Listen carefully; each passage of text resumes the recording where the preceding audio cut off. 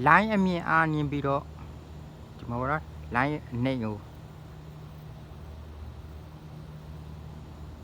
3 line အမြင် line ကနေပြီးတော့4 line ဘက်အနေကိုပြောင်းလိုက်တယ်နော်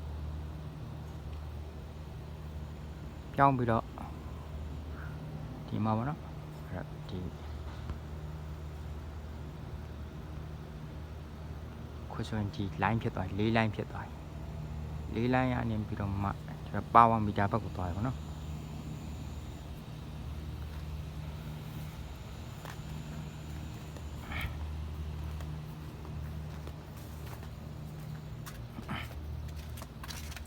ဒါပါဝါမီတာဖြစ်ပါတယ်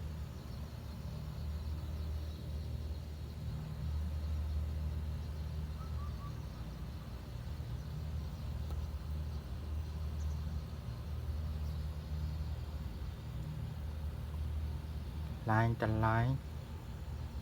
ဒုတိယမြောက်တစ် line တတိယမြောက်တစ် line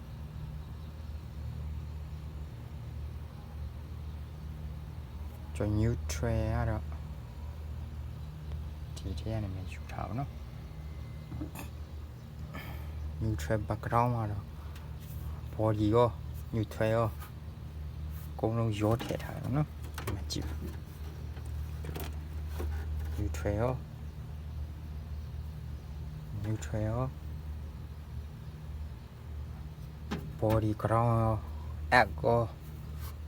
ဒါကတော့ app ဖြူကျိုး app ကျိုး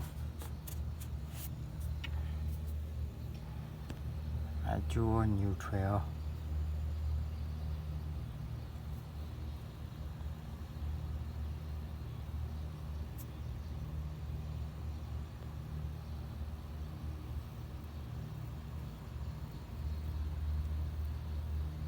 150 ampere ဘရိတ်ကခံထားပါနော်